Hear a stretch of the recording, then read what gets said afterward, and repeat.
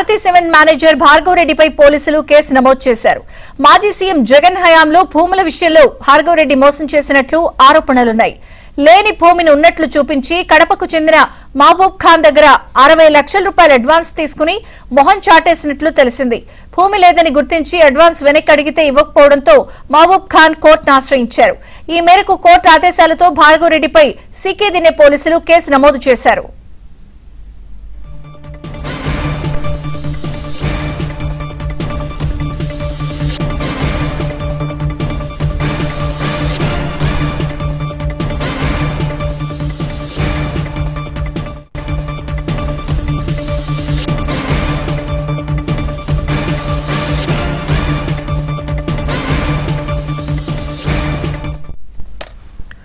Bharati cement manager Bhargav రెడ్డిపై పోలీసులు కేసు నమోదు చేశారు. మాజీ సీఎం జగన్ హయాంలో భూముల విషయంలో భార్గవ్ రెడ్డి మోసం చేసినట్లు ఆరోపణలున్నాయి. పూర్తి వివరాలు కడప నుంచి శ్రీనివాస్ అందిస్తారు. శ్రీనివాస్,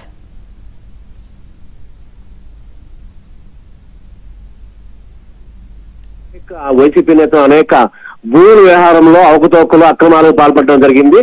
సో ఈ నేపథ్యంలో ఇప్పుడు జగన్ బంధువైనటువంటి భారతీ సిమెంట్ మేనేజర్ భార్గవ్ రెడ్డి పైన ఒక కేసు నమోదైంది.